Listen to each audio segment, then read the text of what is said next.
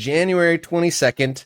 There was no show on Monday due to the holiday, but we must, or we oblige, or we should talk about United States men's national team defeating Venezuela on Saturday, and then tonight, the climax, the explosion, the explosive ending to Camp Cupcake 2025 tonight versus Costa Rica.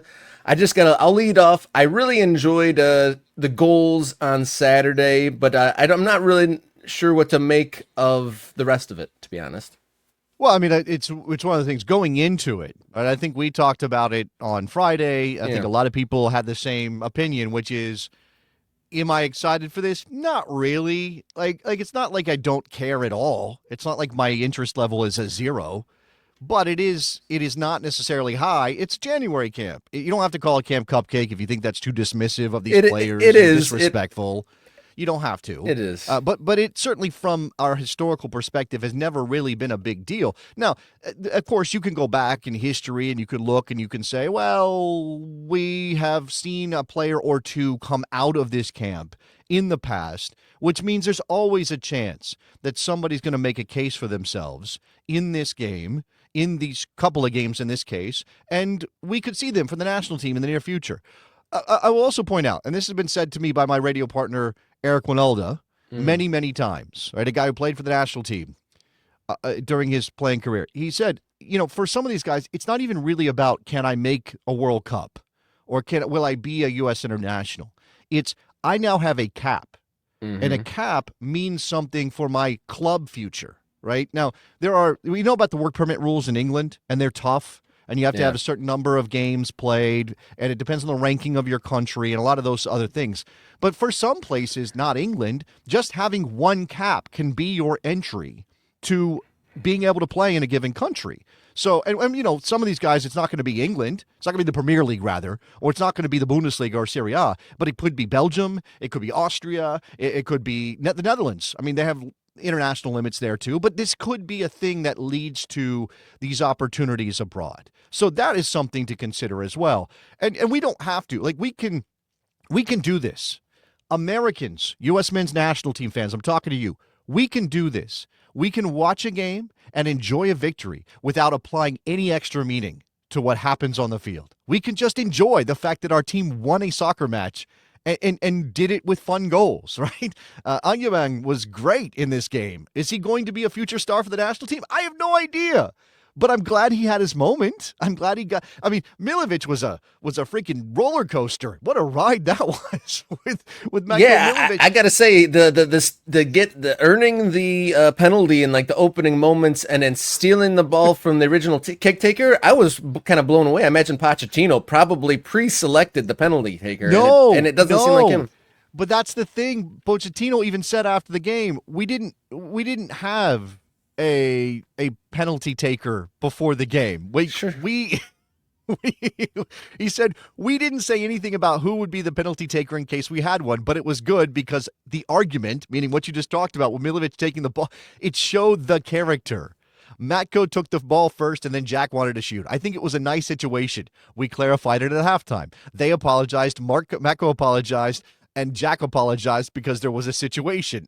Look, in a different context, if this was the A team and you're playing a meaningful match, that would not be a good sign, right? That would be an indicator of something wrong with Pochettino or with the players or the leadership. Remember what happened at Chelsea last year when Pochettino was in charge at Chelsea? I mean, it became this huge thing. And Pochettino doesn't want that again with the national team that he's managing at the moment. But because it's a bunch of MLS-based players, because nobody thinks of these guys as frontline players going into the World Cup period, it can just be like, oh, they figured it out. Good for them. Like, even though Milovic missed or was saved, good for them. They figured it out. It's wild when players fight to take the penalty and then take like the lamest penalty you can imagine, because that was like a very easily saved penalty on them. I'm going to say this too. Yesterday in the Champions League, Dortmund ends up losing to Bologna, and Nuri Sahin got fired for it, which maybe we'll address. We'll get to that, level. yeah. But Gio Reyna was ready to step up and take that penalty. Like, he wanted to take the penalty, but of course, Guirassy is the leading goal scorer for Dortmund, and he was on the field, and of course, he would be the natural choice. And he took I'm going to say it, a bad penalty. He tried to Panenka, almost had it saved. What a bunch of, what a bit of shame that would have been for Garasi if he had a Panenka saved. So yeah, when you take the ball from somebody who really wants it, and I guess in this situation they didn't have a dedicated penalty taker for the United States. If you take it, you better hit a good penalty. You better hit it hard. You better find a corner. Be more Landon Donovan, Christian Pulisic than be what Matko Milovic did in that game. Looking ahead to tonight, is there anyone that you want to see play tonight versus Costa Rica that we didn't really see on Saturday to get that last chance to get that starting cap?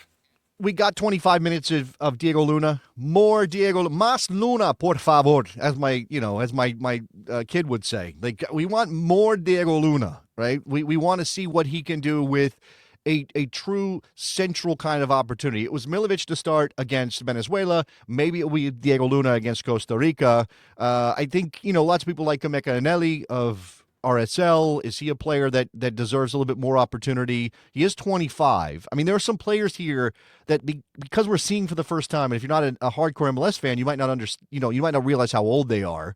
Jack McGlynn's still young. He's 21. Hell of a left foot on that kid.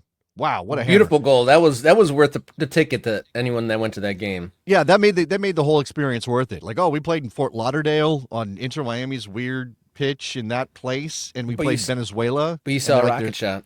But we saw an absolute cannon from Jack McGlynn. Makes it worth it. Yeah, I think more Diego Luna would be nice. Outside of that, it's really hard to say. Some of these guys you do know a little bit.